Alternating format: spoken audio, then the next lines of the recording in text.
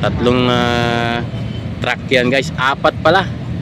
Apat natin mga kapulisan guys. Yan, abangan natin kung saan yan pupunta yung mga yan. Dito lang yan, iikot yan din dito. Yung event dito sa may Liwasan Bonifacio kung gaano kalaki.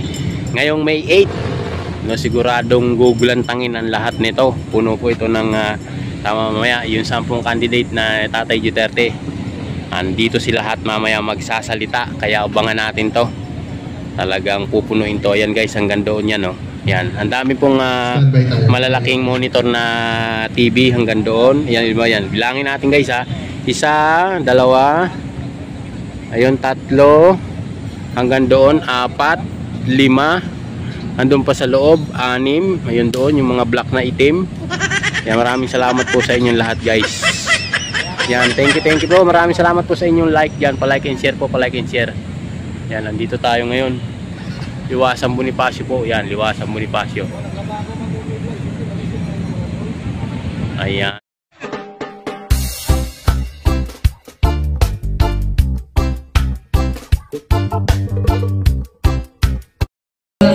Give promises. Hindi po ako politiko na Isa pa. gagawin ko lang po ang aking trabaho. Dahil issue po ang serbisyo sa ating mga kababayan. Binigyan ang naniniwala po na serbisyo po ako. Serbisyo po yan. Serbisyo po yan.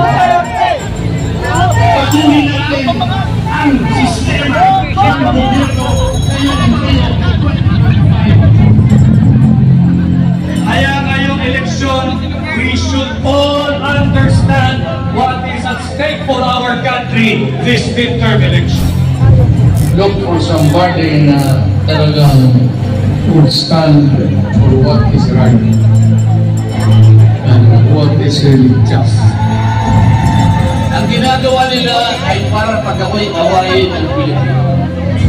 They impeach the Vice President, even if there is no basis for it. Nagkakakaw daw si Inday. Ay ko naman nagsabi, walang Duterte'ng magkalakaw. Ako po ay naniniwala sa best of the Duterte principles. Hayaan na natin ang Pilipino ang kumusga kung nagserbisyo si Pangulong Duterte, si Tatay Digong ng panahon niya. Kayo na kumusga kung nagbago ang buhay niya ng panahon. Jude, hi ma'am. Sa mga nautosang bumili ng suka,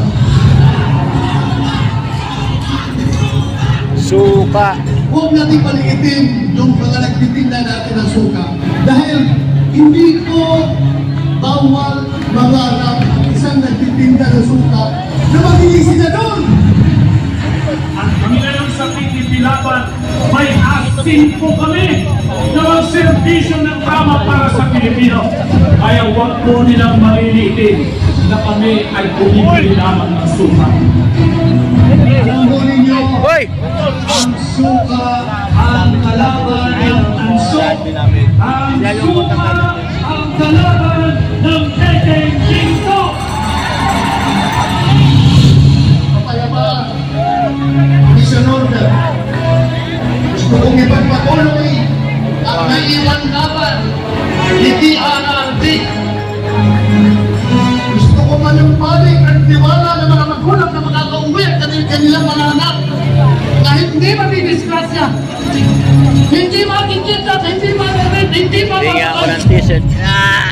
Thank you very much. Ang muling paglagana T-shirt tayo. ng iligal na droga. Kung kinakailangan na madumihan ng dugo ng masamang tao ang buhay, Kay Pans TV. Yan, Pans TV sa akin. Kay Pans TV. Bigay ko. Gagawin ko po yun. Itaga nyo sa bato. Gagawin ko yan. Galit ang mga Duterte sa mga kurap at magnanakaw. Galit ang PDP laban sa korupsyon at katiwalian. Alam natin kung bakit napakataas ng pangunahing bilingin sa ating bansa. Alam din natin na lubog na ang ating bansa sa korupsyon. Pero sila hindi nila alam sapagkat karamihan sa kanila ay involved sa korupsyon. At sa hirap na dinanas natin ng pandemic, bakit biglang sumalya at sumipa pataas ang kahirapan sa Philippines? Ano ang dahilan? Naniniwala ko ng dahil sa korupsyon. Saan ka nakakita nagpapasa ng 6.352 trillion pesos panay blanco ang bicameral conference committee report? Gusto nyo ba ayuda lang ng ayuda?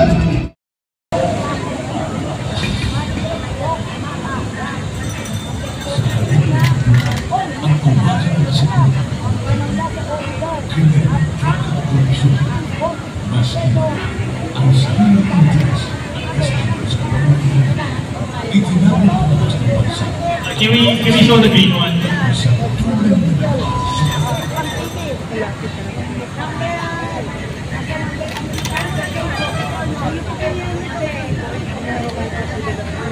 Okay lang. Hans, pwede nyo ang banner sa gilid.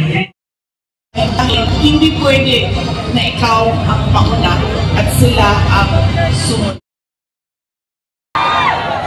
Alam niyo po, kaya po ako nandito dahil sa ating mahal na Senator, si Mr. Malasakit, Senator Bong!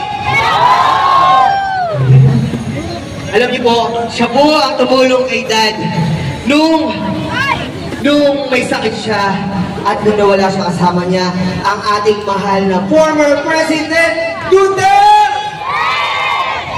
Sino ba nakakilala kay Dad April Boy Reyno? Sino? Sino? Alam niyo po ba yung kanta niya? Di ko kayang! Di ko kayang! Ano tanggalin? O dahil kilala si Dad, may dala akong sombrero ni Daddy. April Boy Reyno! Saan niyo po gusto ito? Saan? Saan babalakas sumigaw na Idol! Idol! Parang dito yata nalagay. O dito! Ha? Kung saan malakas sumabay ng kanta, dun ko ihahagis ang sombrero. Ang kakantay po natin ay mga kanta ng April Boys. Maestro, music!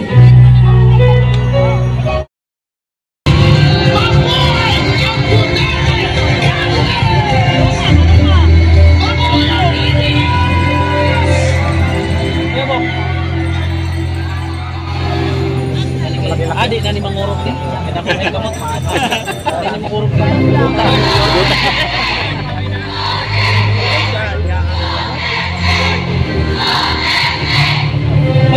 OFW, mabuhay kayong lahat. Maraming salamat po sa inyong lahat.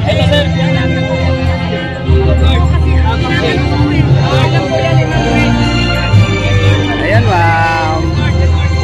Thank you po. Magandang umaga, Pilipinas! Natin i-recognize ang lahat ng ating mga kababayan sa Pilipinas, sa iba't ibang lugar sa Pilipinas at sa ibang bahagi ng mundo.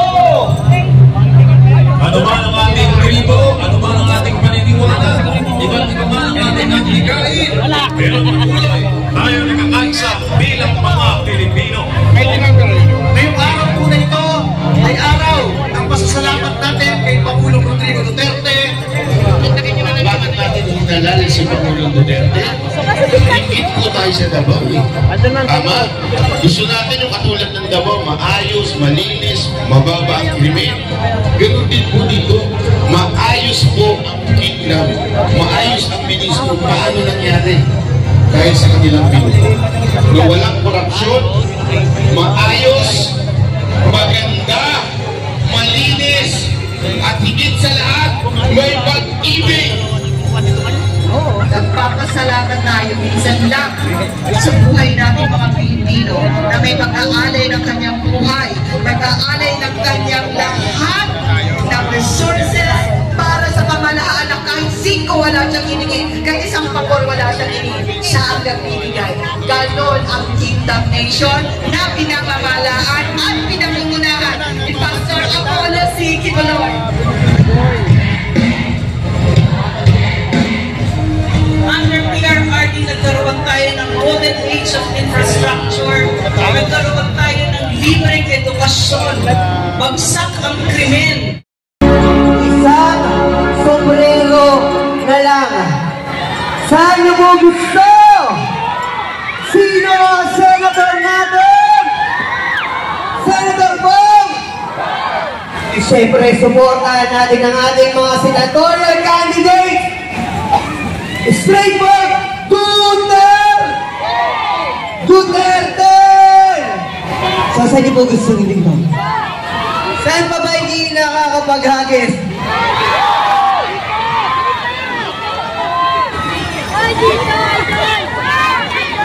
Saan? Dito ka sa kaliwa o sa kanan? Saan? Dito sa kaliwa o dito sa kanan? Kasi natin ha, di ko kaya na mawawala ka na. Mas malakas yata dito. Napakasakit na ayaw mo na. Hanggi't ang dulot sa'kin, di ko na kaya. O sabay-sabay tayong lahat, mga idol ng gabi ko dahil. Kung mawawala ka,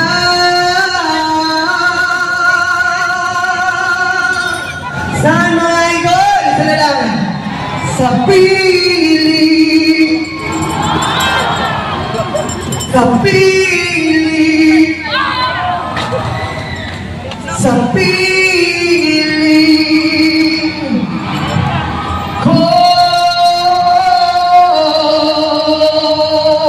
Maraming salamat po mga idol. Thank you so much. I love you all. Duterte!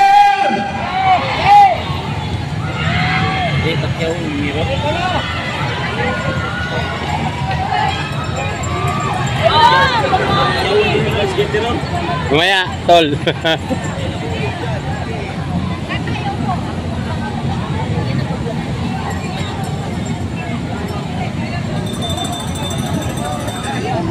Kami nakakalamin, sila yun.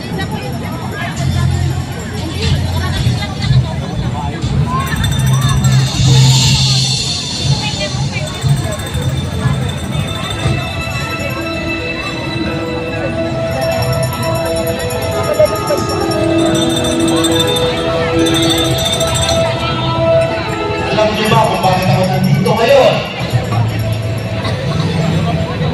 Kasi katulad niyong lahat, sinusuportahan ko, minamahal ko, at tumitindig ako para kay Rodrigo Roa Duterte! Duterte!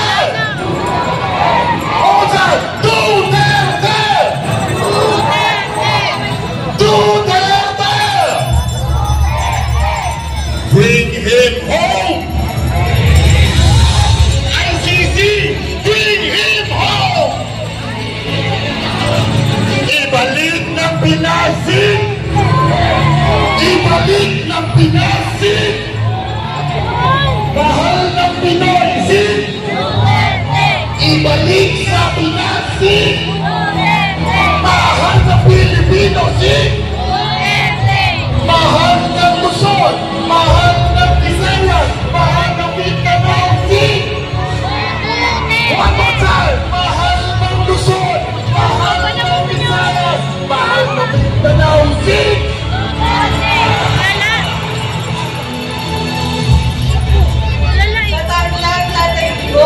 Alam namin na ang kabutihan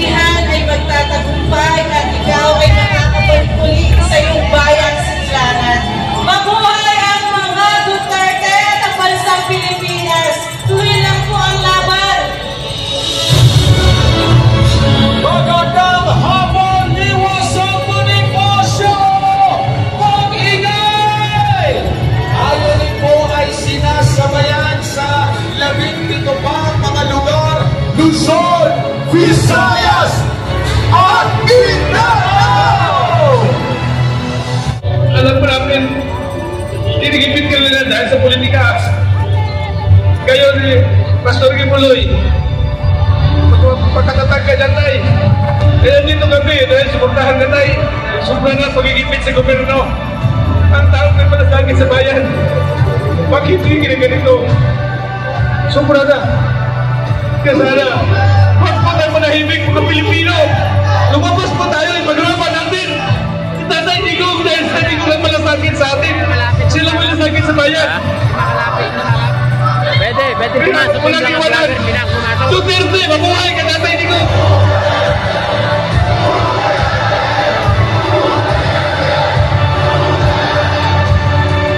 Si Pastor at si Tatay Digong, they are ordinary people. Kaya nga sinabi, God calls ordinary people to do extraordinary things that God has destined them to do.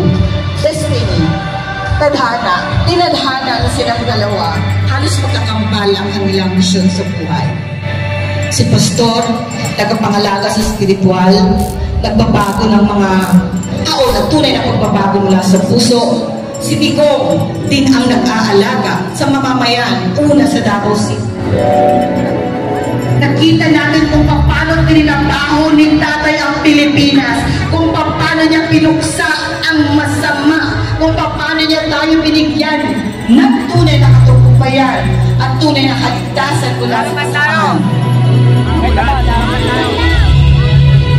Amang makapangyarihan, buksan po ninyo at ibigay niyo po ang biyayang aming hinihingi. Sapagkat sinabi niyo po ang lahat ng humihingi ay inyong bibigyan. Lahat po ng kumakatok ay bubuksan at lahat ng naghahanap ay makakatagpo. Nagsakripisyo na naman. Kailanman hindi isusuko ang kanyang soberanya, kasarinlan, kalayaan, at kahit nag-iisang Pilipino ay makilala natin siya sa buong mundo at ang kanyang pangalan ay Rodrigo Roa Duterte!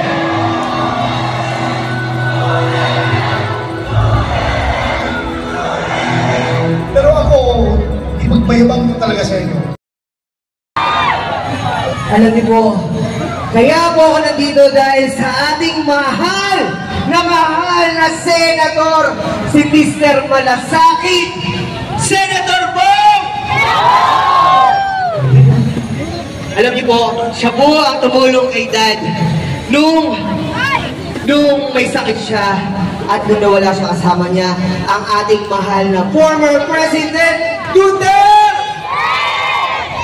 Sino ba nakakilala kay Dad April Boy Reyno? Sino? Sino? Alam niyo po ba yung mga kanta niya? Di ko kayang! Di ko kayang! Ano tanggalin? O dahil kilala si Dad, may dala akong sombrero ni Daddy. April Boy Reyno! Saan niyo po gusto ito? Saan? Saan ba malakas sumigaw na Idol? Idol! Parang dito yata nalagay. O dito? Ha? Kung saan malakas sumabay ng kanta, dun ko iahagis ang sombrero. Ang kakantay po natin ay mga kanta ng April Boys. Maestro, music! Hindi pwede na ikaw ang mauna at sila ang sunod.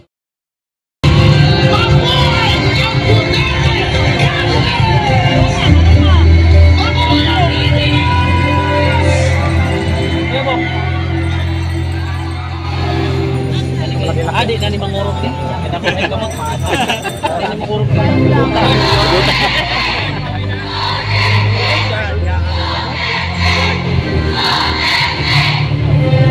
OFW, mabuhay kayong lahat. Maraming salamat po sa inyong mga.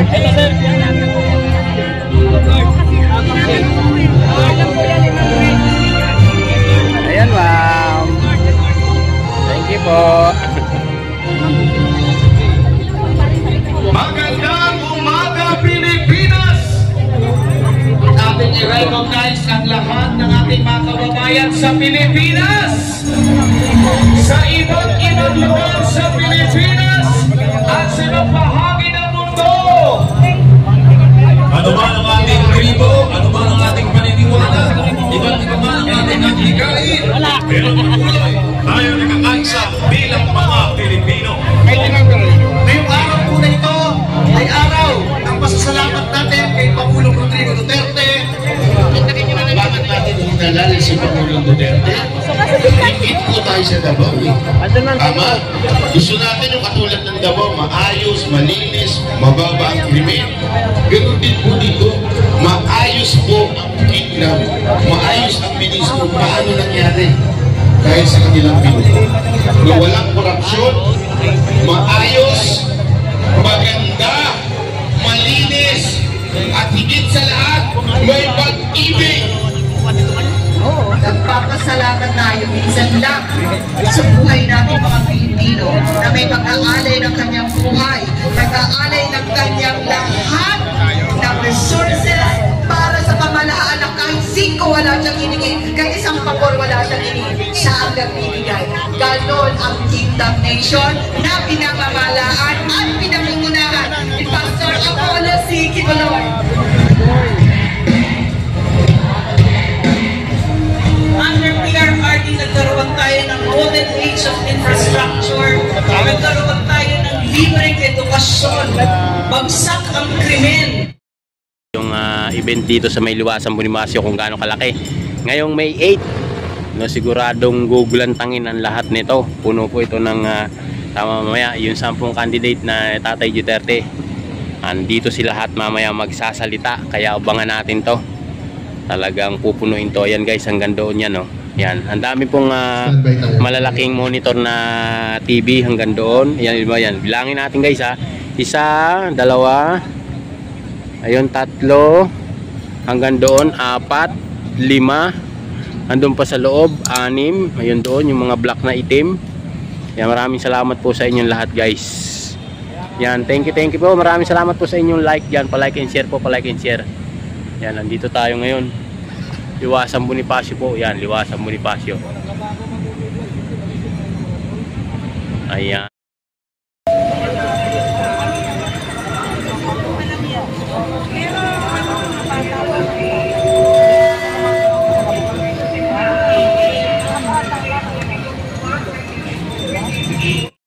I can feel it.